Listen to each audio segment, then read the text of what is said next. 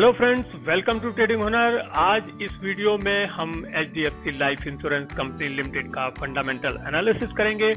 Fundamental analysis करने के लिए हम पाइथ्रोस की स्कोर की मदद लेंगे और ये एनालिसिस पूरे एक साल का होगा, यानी कि मार्च 2020 में खत्म हुए साल का होगा। ये FY20 का फंडामेंटल एनालिसिस हम पाइथ्रोस की स्कोर की मदद से करेंगे और जहां पर भी हमें जरूरत होगी हम मार्च 2019 के फिगर्स के साथ में इसको कंपेयर करेंगे। फ्रेंड्स, यदि आप पाइथ्रोस की स्कोर के बारे में ज़्यादा नहीं जानते हैं तो कोई चिंता की बात नहीं, क्योंकि मैं इस कंपनी में आपको समझाता चलूँगा और आप पाइथ्रोस की स्कोर के बारे में भी समझ जाएंगे और साथ में आप ये भी समझ जाएंगे कि HDFC life insurance company limited का पाइथ्रोस की स्कोर कितना है और फंडामेंटली वो कितनी स्ट्रॉन्ग है या कितनी एवरेज है। पाइथ्रोस की स्कोर की शुरुआत प्रोफेसर जोसेफ पाइथ्रोस की, जो कि स्टैनफोर्ड यूनिवर्सिटी में अकाउंटिंग के प्रोफेसर थे, उन्होंने इसकी शुरुआत की और उसके बाद में आज मोस्टली फंडामेंटल एनालिस्ट इस टूल का यूज करते हैं, क्योंकि यहाँ पर किसी भी तरह का सेंटीमेंट यूज नहीं होता है एनालिस्ट का और कंपनी को जो भी पॉइंट्स मिलते हैं वो उसके परफॉर्मेंस के आधार पर मिलते हैं।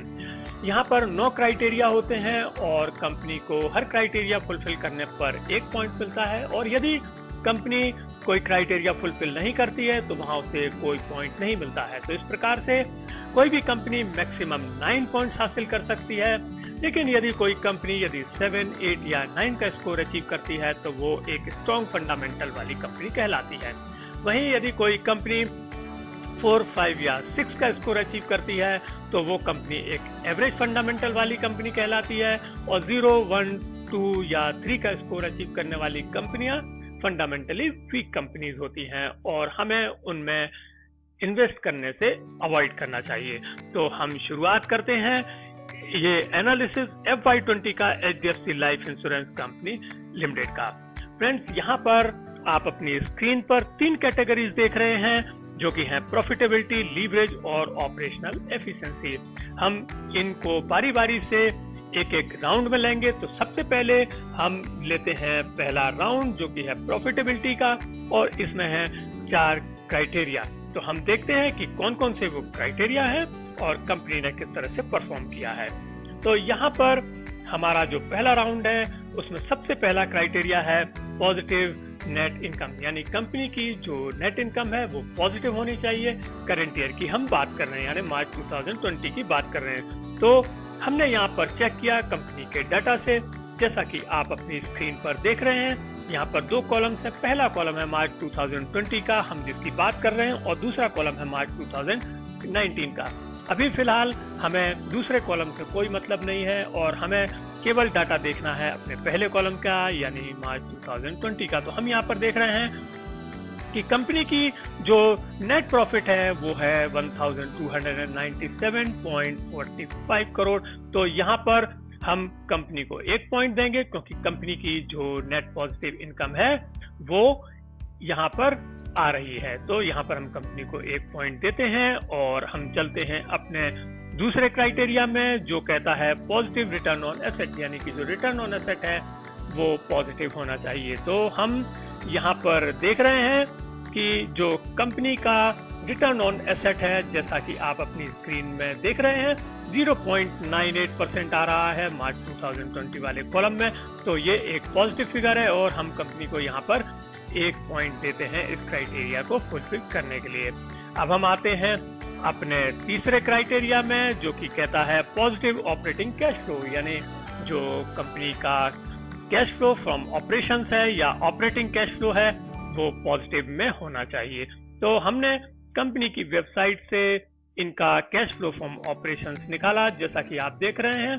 फर्स्ट कॉलम में मार्च 31, 2020 का फिगर है और ये थाउजेंड्स में है। मैंने इसको कन्वर्ट कर लिया है और ये आ रहा है 7,360.97 करोड़ और यहाँ पर हमने देखा कि ये एक पॉजिटिव ऑपरेटिंग कैश फ्लो है, इसलिए यहाँ पर भी कंपनी को 1 पॉइंट और मिलता है। अब हम आते हैं अपने चौथे क्राइटेरिया में।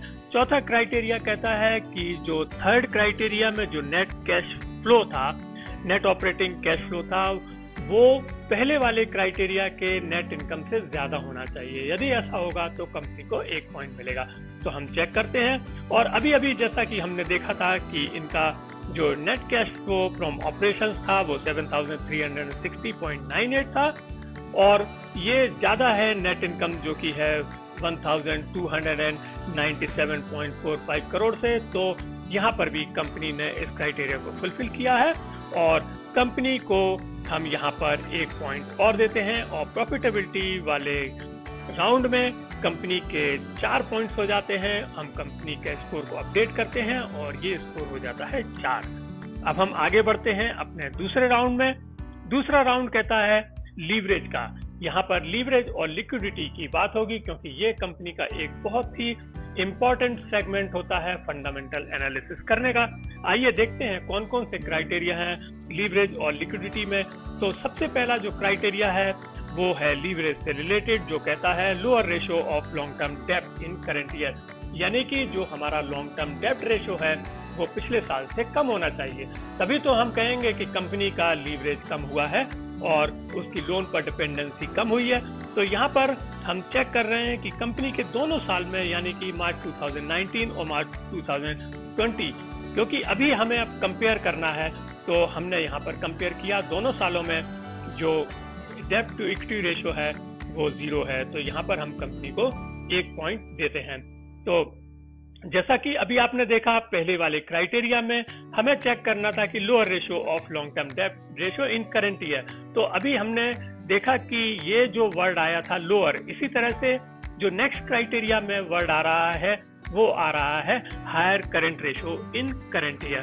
तो फ्रेंड्स, अब यहाँ पर हमको देखने को मिल रहा है कि लोअर और हायर वर्ड का यूज हो रहा है, और लोअर और हायर वर्ड का यूज होने का मतलब है कि हमको ये जो भी हम रेशो या जो हम पैरामीटर चेक कर रहे हैं वो पिछले साल से हमें कंपेयर करना है, प्रीवियस ईयर से कंपेयर करना है।